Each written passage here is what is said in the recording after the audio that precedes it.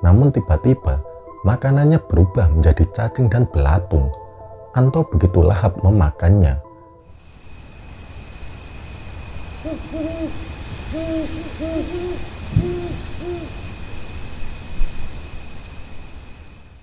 Selamat datang di Buzz Story, cerita waktu malam.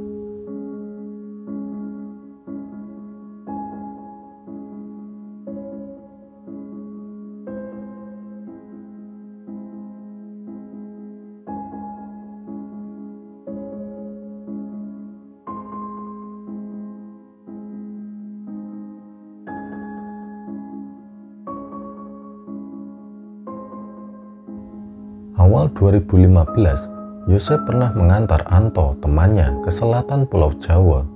27 jam perjalanan yang mereka tempuh untuk sampai ke lokasi. Yosep tidak begitu akrab dengan Anto, tapi mereka memang saling mengenal sejak lama. Hidup Anto sangat melarat. Istrinya meninggal karena sakit parah. Setelah itu, dia hidup dengan seorang anak satu-satunya. Badannya kurus, kurang gizi. Anto sering dihina, dicaci, dan diejek. Cuma perkataan yang menyakitkan yang ia dengar setiap hari. Saking terlalu banyaknya sakit hati, sampai dia hilang akal sehat dan imannya. Sehingga Anto ingin mencari kekayaan dengan cara pintas, yaitu pesugihan. Waktu itu, Yosep yang seorang supir bis malam sedang libur 2 minggu. Sore hari, Anto datang ke rumahnya. Setelah basa-basi, Anto langsung bicara ke intinya. "Sep, saya udah jual rumah reot saya ke tetangga. Sisa bayar hutang tinggal 6 juta. Saya mau minta tolong sama kamu, Sep. Pokoknya kamu mesti tolongin saya. Sekarang kamu sewa mobil terus tolong anterin saya ke daerah ini. Kamu tahu kan? Pokoknya biaya sewa mobil, bensin, makan, rokok, dan kopi saya yang tanggung. Duit 6 juta sisanya buat kamu semua. Saya udah banyak sakit hati, Sep. Saya udah terlalu kenyang dihina, diejek, dicaci maki sama saudara, sama tetangga, sama semua orang. Saya udah gak kuat hidup melarat. Tolong antar saya sekarang juga ke tempat itu. Saya yakin kamu pasti tahu jalannya, sebab teman kamu sendiri yang bilang. Di sini si Yosep yang tahu jalannya. Pernah disuruh bawain mobil ke tempat itu. Temen kamu yang bilang gitu ke saya." Lalu Yosep menjawab, "Mau ngapain ke sono? Sehari semalam perjalanannya. Itu juga jalannya rusak parah, rawan dan angker. Gak mau ah, terlalu berat resikonya. Aku masih pengen hidup. Anak-anakku masih butuh bapaknya. Mending itu duit kamu pakai modal usaha saja. Dasar koplak, istighfar lu." Namun, Anto tetap dengan pendiriannya. Dia sudah yakin untuk nekat. Dia mohon-mohon ke Yosep supaya bisa bawain mobil ke tempat itu. Akhirnya, mau nggak mau, Yosep mengantarkannya. Setelah meminjam mobil tetangganya, mereka berdua berangkat jam 8 malam. Pada jam 2 dini hari, mereka istirahat sebentar di tengah perjalanan. Jam setengah 4, mereka kembali melanjutkan perjalanan.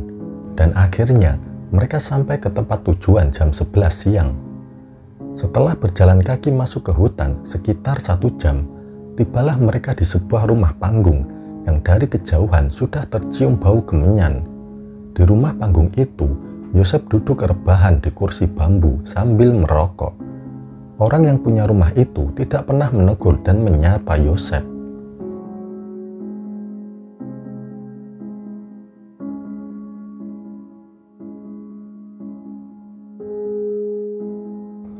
Entah apa yang mereka bicarakan, malam harinya dimulailah proses ritual. Anehnya, saat melihat Anto makan, Yosep merasa jijik dan mual mau muntah. Awalnya, ia melihat Anto makan nasi dan lauk pauknya. Namun tiba-tiba, makanannya berubah menjadi cacing dan belatung. Anto begitu lahap memakannya. Yosep tidak minum dan makan apapun di rumah itu. Di luar rumah, Yosep melihat sosok tinggi besar dekat pepohonan. Lidahnya panjang menjulur, matanya melotot, badannya berbulu dan bau bangkai. Yosep merasa jijik dan merinding saat melihatnya. Selesai makan, Anto disuruh menyembelih seekor monyet. Saat ia menyembelih monyet itulah, Yosef menangis melihatnya. Dalam hati ia bergumam, "Ya Allah, di mana hatinya teman saya itu? Ditaruh di mana otaknya? Benar-benar bejat, rusak, jahanam itu orang. Haus sama harta kekayaan sampai hati dia menukar imannya." Anto hanya melihat seekor monyet, tapi Yosef melihat Anto sedang menyembelih anaknya sendiri. Dia menjerit, dia meronta meregang nyawa. "Ya Allah, anak kecil yang tidak berdosa harus meregang nyawa, menjadi tumbal demi harta kekayaan." Yosef menyesal. Ia merasa berdosa karena terpaksa harus mengantar Anto ke tempat itu. Sepanjang malam, telinga Yosef yang sebelah hanya mendengar suara tangisan dan rintihan di dalam hutan. Suasana hutan begitu sangat mengerikan. Yosef takut dan khawatir, batinnya tidak tenang. Ia ingin segera pulang dari tempat itu. Pagi-pagi, mereka pamit pulang. Si pemilik rumah hanya menatap tajam ke arah Yosef. Entah apa yang dia lihat. Di tengah perjalanan, setelah mereka keluar dari hutan, tiba-tiba Yosef melihat badan Anto banyak bulunya. Yosef hanya diam, tidak bilang apa-apa. Sesampainya di mobil, Yosef bergegas untuk pulang. Ia merasa jijik dan muak melihat temannya itu. Saat malam hari di perjalanan, di kaca spion, Yosef melihat sosok hitam duduk bertiga di jok belakang. Bola matanya melotot. Sepanjang jalan, Yosef istighfar dan bertasbih dalam hati tanpa henti. Memasuki jalan tol, Yosef memacu mobilnya dengan kecepatan tinggi. Pada jam 2 siang, mereka sampai di kampungnya di daerah Bogor Utara.